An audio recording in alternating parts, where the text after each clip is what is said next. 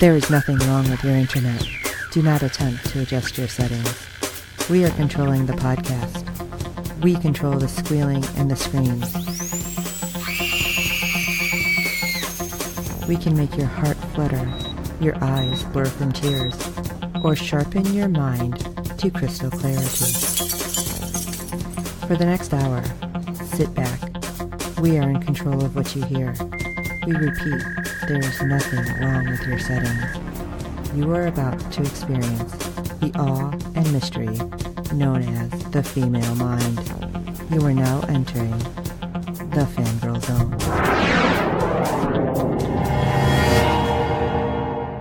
Welcome to SyFy Talk on the Fangirl Zone, a podcast where we discuss shows on the SyFy channel. And I'm Sean Fangirl S, and tonight we'll be discussing episode 8 of season 3 of The Expanse. Oh, holy... Oh, my. F-bomb, F-bomb, F-bomb. Right? Holy Jesus. Alright, let's just... Ratings news. Because I can't even talk. Yeah, episode 8 brought in a 0.2 in adults 18 to 49 with 0.609 million viewers, making it the 34th rated cable show for the day. And unfortunately, we don't have Live Plus 7 numbers, as this is the week that Nielsen decides it's not going to report any. It is. It's literally every other week for us, isn't it? Yes, it is now. It just makes sense. Maybe they're doing Live Plus 14 at this point. Maybe that's what it is. And they just haven't changed their graphic. Yeah. Who knows? All right. Episode 8. Oh, God. It reaches out. An old friend taunts Holden with answers he seeks. Naomi struggles to fit in. A mysterious low-level tech aboard the Thomas Prince enacts a terrifying plan. All right. It makes it sound like it's a horror movie to start. Yeah. Throw that out there. But wow. All right. Where do we start? Because this was over the top. Almost the entire thing. Yes, it was. And I thought about not breaking it up by groups, but I had to keep it that way. So we'll start on the UNN Thomas Prince as we see the elites trying in vain to make sense of the footage of Mineo getting eviscerated as he entered the ring. Yeah, how exactly do you make sense of that? He hit nothingness and turned into jello. Yeah. And what was with, was it a preacher? Or who was it that was kind of just blowhard over in the corner? Yeah, there was a father that was mentioning stuff later on in the episode. Oh, okay. This first encounter with the small group around the console there was, it was, of course, Kolvad that Anna was talking to earlier. Oh, right. Once again, they're discussing what's going on, and of course, Anna informs them that no, it wasn't the OPA trying to sabotage things. It was a kid trying to show off for his girlfriend. Right. Man, they are just quick to place blame. Yes, they are. Everybody's still gun shy, and just anything that goes wrong, it's right back to where we were before. Right. Let's shoot first and ask questions later. She honestly seems to be one of the only ones who has her head on straight in regards to politics, which is weird since she's supposed to be a preacher. Right. You know, that she's not all like, oh, well, the Bible says we should do this. Instead, she is like really separating political, Church and state, spiritual, and scientific. Like everything's separate, and she can see the big picture. And all these other people are so, like, micro-focused on their specialty, I guess. Right. Yeah, it's beginning to look like Anna is going to play just an amazingly huge role in the rest of this series. Yeah. To me, it really does. With her out here in space, she's going to be the voice of reason, I think. And hopefully Ava Solara will be able to back her in all her calls and keep things from escalating beyond repair. Which, let me say, since we did not get any Ava Solara this episode, yeah, Anna being this way, I think, is almost a surrogate for her. So this may be what is totally needed for while Ava Solara is dealing with the mess back on Earth. Right. And that may be why Anna's actually on this ship. As Avasalara said, you are intelligent and can separate yourself from all these different factions and keep your head about yourself. So please be my liaison. That would be a really good theory. Yeah. And I have a feeling that's probably what happened. Let's go with that. Yeah. All right. We see her later chit-chatting with a very inebriated Janelle Williams. As we see other religious leaders really throwing the religion around. This is where the guy was. Right. That guy was, the father was really talking up that, yeah, we're about to see the face of God. It's like, are you sure you want to? Yeah. And Anna notices a young woman eating alone, looking very upset. I thought she was sitting with somebody but barely talking. No, she was by herself. Okay. Maybe it was just maybe the angle that I... Right. And Melba gets up and heads off, and Anna follows her. Yes. And she seems genuinely concerned. Yes, very. And I don't know if she sensed something or that Melba was troubled by something, but yeah, she was very sincerely concerned about it. Yes. And you see Melba wipe off the tears running down her face before she turns around, and she basically says, "No, I'm fine. Thank you very much," and heads out. And Anna kind of looks at her and goes, Yeah, it's like, what are you doing? Why are you freaking out? Like, yeah. I don't know, maybe Anna's just thinking that it's super overwhelming for her. Right. So, I'm going to go with that. Okay. But, I mean, obviously we know what's happening. Right, and hopefully Anna will pick up on what's going on as well. Yes, because Melba is not just an ordinary person. No. On the Sun Yu, she comes to after bashing Bryn's head in. Yeah, and there's blood all over. Yeah. Oh my god, seriously. How did she do this to this guy? I mean, he had a lot of weight on her and height. Yes. So apparently... That's why it had to be proto-molecule induced. But whatever it was took a lot out of her. Oh, hell yes. So obviously she's freaked out, and it makes me wonder if she almost like blacks out and doesn't know what's happening when she goes into that state. Oh, absolutely. Because, yeah, when she wakes up, she's panicked. Yeah. Now, yes, she realized that, yes, was probably going to happen as the plan panned out, but she's still freaked that it did. Right. But then, oh my god, it got worse. Yeah, because she has the power up again so she can crush his head so he can fit him behind the access panel. She literally crushed the dude's head with her hand. Yes. I was like, holy crap! Now, first of all, it had to be kind of fun for the guy playing Red, just because they did the full mask of his face, obviously. Right. And then, he gets to watch this happen. That's got to be kind of cool. But at the same time, oh my god, you crushed his head! And then it's just like nothing. And she kind of like turns the head at a weird angle and just shoves him into the panel. It's like, holy cow. Right. Then takes off her shirt and starts cleaning up the blood. Right. Where are you hiding that? Behind a panel? Yeah. Are you spacing it? What's going on? Yeah, well, we never see it back on her, so apparently she disposed of it somehow. Yeah. Oh, man. But when all that's said and done, she goes back to the little ship that they were taking, I guess, back and forth, the repair ship. And we have Ari Millen talking to her, and she's like totally distracted because she keeps flashing to what happened. Right. And she almost runs them into the actual ship they're trying to get to. Right. And she's crying or trying not to cry. She's seen a speck of blood, and all I kept thinking of, like, the telltale heart. Right.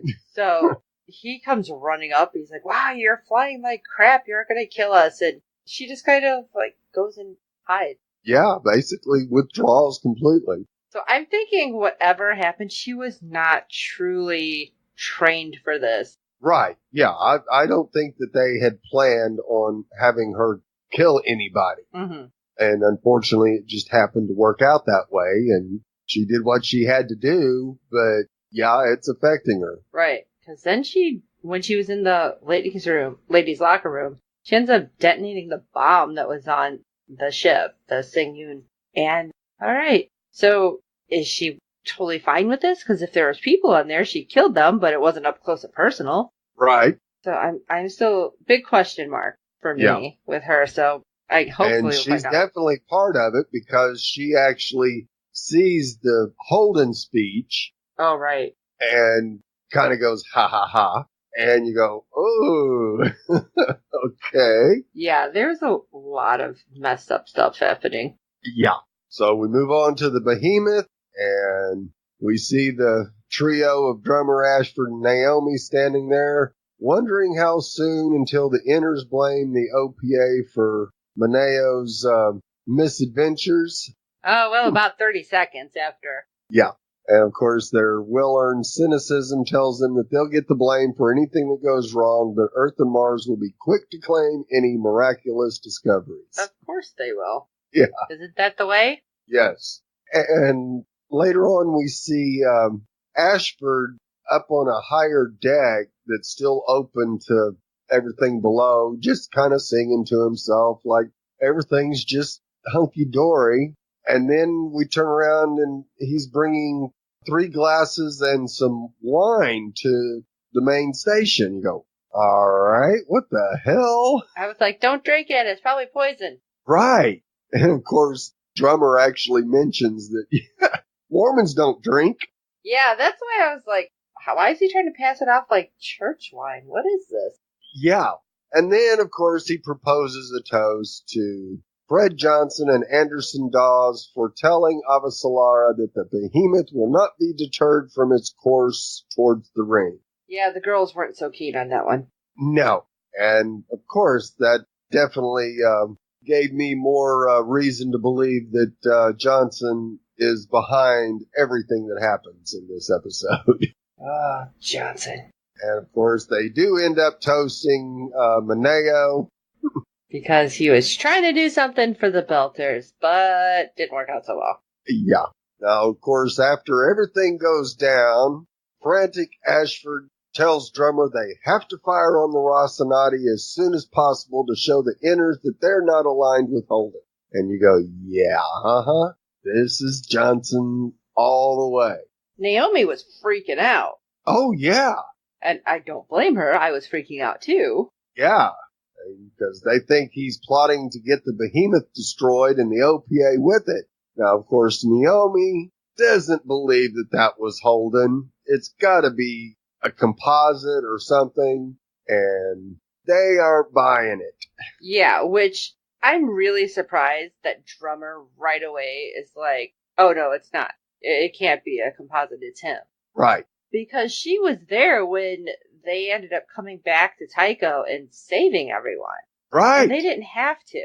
No. So that's why I'm really surprised. Yeah, me too. Like, Ashford doesn't know him from next door, so I understand. Right, but Holden actually saved Drummer's life. Right. And when Drummer actually has Naomi then technically removed from the deck, but, basically just pulled to the side and had guns on her, I'm like, what the hell is that? Yeah. Boy, this turned sideways real quick with them. Right? So, I don't know. I was confused, and I'll tell you why.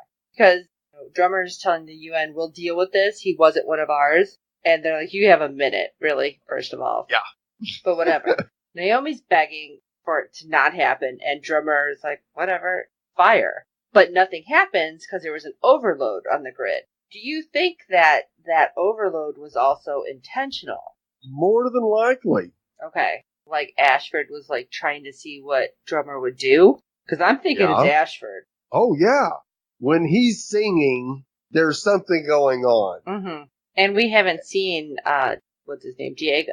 Right. So, yeah, big warning flags coming up for me. Yes, absolutely. And, of course, on the Rossi, things are just going insane as they watch the footage. And Alex is afraid that there's going to be a whole fleet of alien ships passing through the portal. Heck, we don't know. It might. That's right. I'm with you there, Alex. I don't. Yeah. And now Holden is still, I mean, he's looking worse for wear. This seeing Miller just definitely was too much for him to deal with. Right. So he goes, tells everybody he needs more coffee. He goes down to the mess and pours him a cup, and sure enough, Miller appears again. I'm so confused. Like, is he actually there? Is he like some kind of vision from the protomolecule? And he got a haircut. I don't know. It's like, what? I'm not supposed to notice that, right? Right.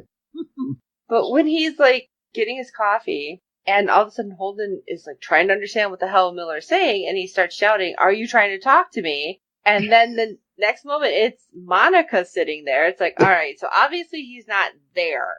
Right. Not physically there. So Right. some kind of weird Projection. Yes. I love it. And she's like, dude, what is up? Yeah, I'm trying to talk to you. I've been talking to you for 5 minutes. You're not listening. Right. You're obviously falling apart here real quick, and I can help because not only am I producer, but I'm a psychologist as well. I don't know if I believe that. And I just kept thinking, what are you up to? Yeah.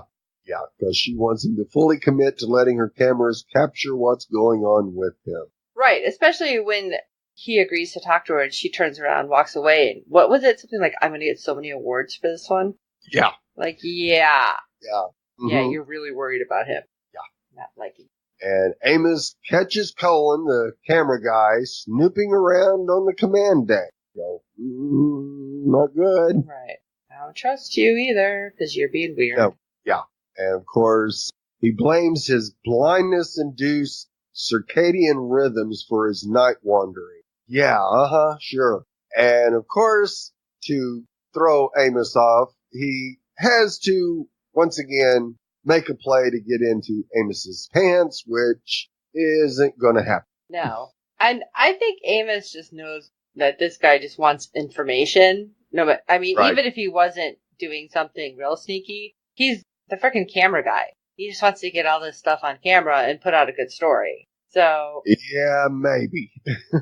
But I think this will come back to Amos too, and they will figure out that Cohen is the one who caused a lot of this. I hope so. I hope he finds out real fast. Yeah, because after Cohen leaves, we see him pulling out a pair of pliers. So clearly he's been tinkering with some. Dude, apparently you're willing to die for your cause, whatever you're doing. Yeah, absolutely is. Now, of course, we see Holden in the med bay, all hooked up, running diagnostic scans on himself. Everything he runs keeps coming up normal. That's good. Yeah, but it's not giving him any answers. That's true. So, of course, then there's the protomolecule scan. And I was scared. Yeah. And he was too. But he finally pushes it, and it runs, and it comes out negative. Oh, sigh of relief. Yeah, until he turns around and Miller's back again. Yes, and just speaking weird stories. Like, it was just babbling. Right.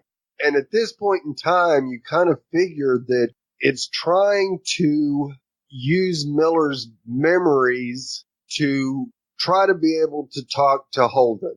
And it's really having a hard time finding memories that will give Holden the information he needs.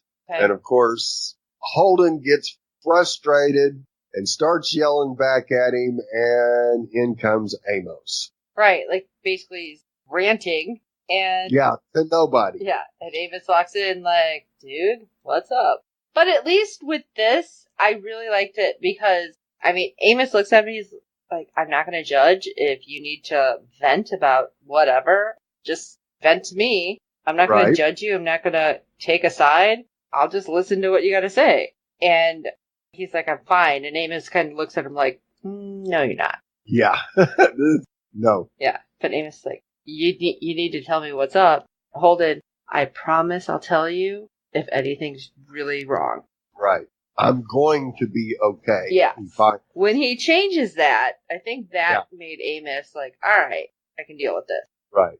At least I thought so. Yeah, but of course the cameras are capturing more than the crew realizes. Because first we see Monica interviewing Holden, while at the same time Amos and Alex are discussing whether Holden is going insane. Right, because, and this was horrible, but I loved the gossipy thing that happened. Because Amos is like, I checked the med log. And Alex is like, oh my god, you checked the auto doc? What is wrong with you? You shouldn't do that. What did it say? Yeah. Like, rant, but tell me what the gossip is. And Right. when he says he tested for the protomolecule 35 times, I was like, oh shit. Yeah. Negative every time, but he keeps on doing it. Scary stuff. Yeah. And of course that gets Alex's attention, and he's concerned, and they both agree they need to keep an eye on him. And of course, while all this is going on, Cohen slides into the communications panel. Yeah. Take out a chip and replace it with another one. The hell is he getting access to all this stuff easily? I thought this was really hard to get into. And he had weird, he kept moving his hand. So whatever's on his fingers lets him see. Right. So it was weird. Well, and you see one shot of his arm, and on his arm you see circuitry. Okay. I must not have caught that. Right. And what's weirder was it even looked like there was blue goo running through that circuitry. Okay, I really didn't see that. I'm going to have to rewatch this. Yes. I just thought it was weird. He's seeing with his fingers, which, I mean, essentially that's what you're going to do if you're reading Braille. But it's like he had cameras seeing for him. Right. It was so weird the way he was doing it. Yes, it was, and seeing the blue circuitry in his arm made me think even more that we have another hybrid. See, I didn't catch that, though. If that's what it is, that is an amazing catch. Because I was just thinking, okay, weird new future tech. Right. No. Yeah. I caught it live, and then when I rewatched, I caught it again. I said, yep, that's circuitry. It's showing under his arm, and go, oh, crap. But with all that happening and nobody noticing, I figured there was some kind of, panel going off. Alex, look at me kind of thing. But right. But no, apparently not. And while Monica is mentioning, what was it, synchronicity? Yeah. And Holden goes, what's that? Well, and she explains it, and he goes, wait a minute. Light bulb. Yeah. Can you pull up the video of Mineo? Sure. Okay. Can you pull up the video of me at the exact same time? Yeah, and she's just like, okay. Yeah. And sure enough, on the bottom right-hand part of each of those screens, you see a color that isn't normal. Yes. And at first I was thinking it was like a glare. Right. But it's not. And he kind of freaks out. And he's like, it was at the same time. And he's shoving her out the door. And she's like, your head just exploded. There's brain matter on me. Yeah, great matter. I was like, what? Great. Now, because at this point, I feel like she would go and review everything he just looked at. Right. And figure something out too. But as far as we know, she hasn't figured this out. Right. He just knows that when Mineo hit the ring is exactly the same time Miller showed up. So yeah, Mineo's knocking on the door caused Miller to show up with Holden and say, maybe you need to tell everybody something different here. We don't like somebody trying to slam through our door like that. Well, what's going to happen? Oh, we don't know. Right, because Miller shows up again, and Holden really wants to get some answers. Don't we all? Yes, and unfortunately, Miller still hasn't quite figured out how to tell him what he needs to know. And then things start going south quickly because Alex is struggling at the Rossi controls, thinking something's wrong. Then we get the broadcast from Holden, originating from the Rossi. And you go, oh crap, because he's saying he's representing the OPA and claims responsibility for blowing up the ship and threatens to strike again, claiming rightful ownership of the ring for the belt. And Holden is there on the deck so they can see him and see that he's not doing this. Right. But what But happened? they still question why did you do this? Yeah. That's not me. Hello? He's standing right there. He couldn't have recorded it, not looking that way. And even looking at the recording, you could tell it had been doctored. Right. Because it was he has pretty looked obvious. haggard for how long? Yeah. Like, anybody on the ship is going to be like, that ain't him. Except they No. didn't believe it because they're like, maybe you didn't know what you did. And I'm locked out of the ship's controls. What did you do? It's like, what? Guys, seriously? Yeah. And of course, Monica wants to produce all this as a TV show now. Right. Yeah. Thanks, Monica. Do you know you might die right now? Right. Maybe your head needs she to be in the right figured place. it out that they're going to fire on the Rossi. Yeah, her head is definitely not in the right place. No. Of course, Holden protests his innocence, but, Amos reminds him, you haven't been feeling yourself lately. And Amos says all our defenses are down, and Alex is getting a target lock from the UN and the Behemoth. Right. And Alex is like, well, we can try to outrun it, but it ain't going to happen. No, but we can stay alive for a little bit longer. Right. And, of course, you're going to yell at Amos, get us control, do this, somebody... Because Naomi isn't there to try to figure out what the heck's happening. Right. And she would be the one that would fix it all. Right. And you go, yeah, this is not the time for you to be on the Behemoth. Wow. But Holden gets an idea. And of course, this one is kind of weird. Yeah. Amos thinks he's finally completely gone nuts. But Holden begs for one moment alone. And he tells Alex, have I ever asked you to trust me in the whole time we've been together? And of course, Amos says no. Right. Well, because he's asking him, though, now. right when he's standing, like, in between the airlock.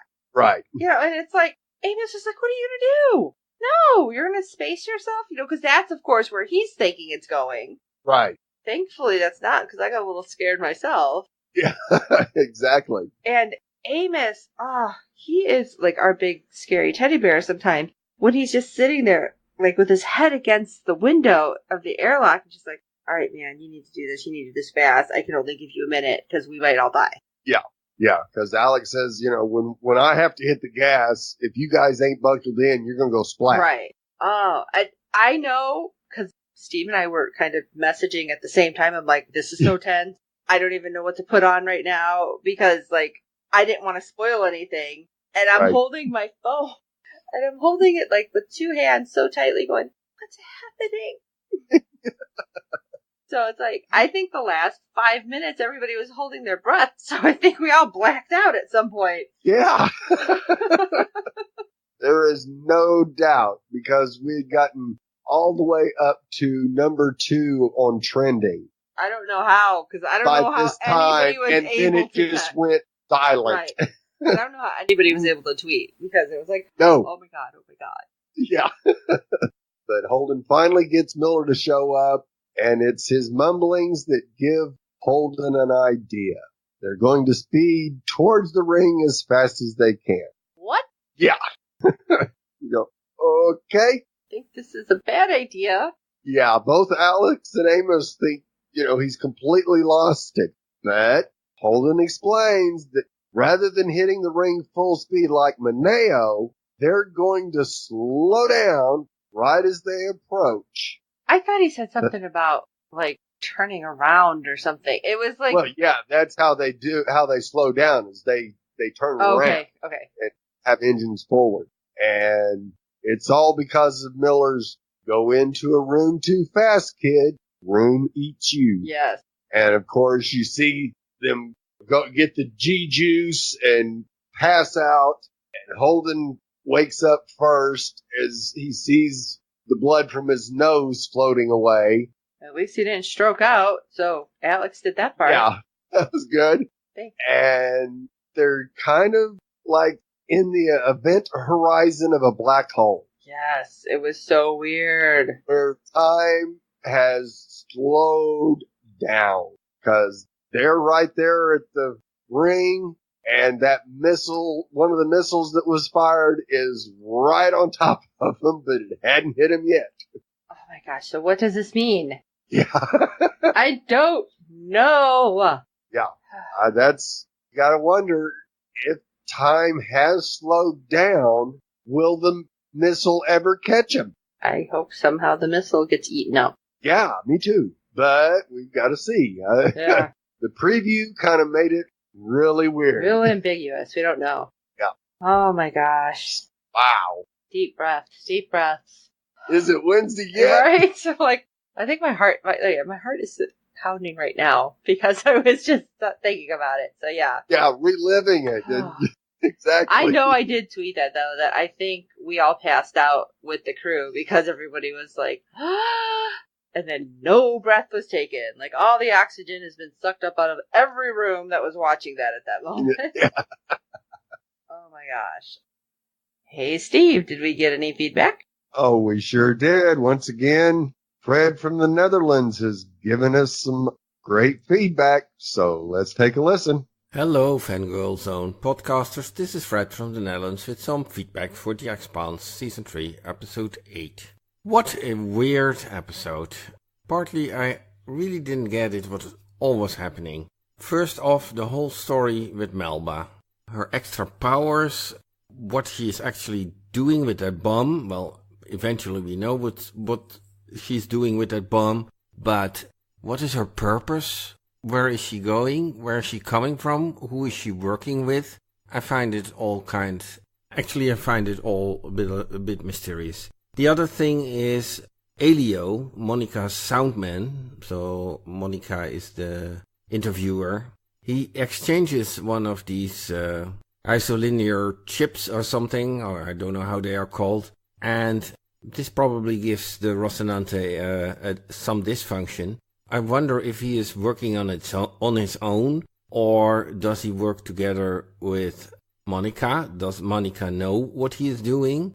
I don't know. The whole Miller thing in the head of Holden. I get a kind of psychedelic feeling about that. Is he there? Is he not there? Is it all just playing in Holden's head? I don't know. It's all very confusing. Furthermore, there is a lot of mistrust and nobody is working together, and for instance drummer is not trusting Holden, even shoots a rocket at Rocinante. Earth is not trusting the belt is not trusting Earth. Yeah, not harmonious episode. Of course, when everything is harmonious, well, we wouldn't watch it because it would be too dull. But this episode just had too much in it. People not believing each other.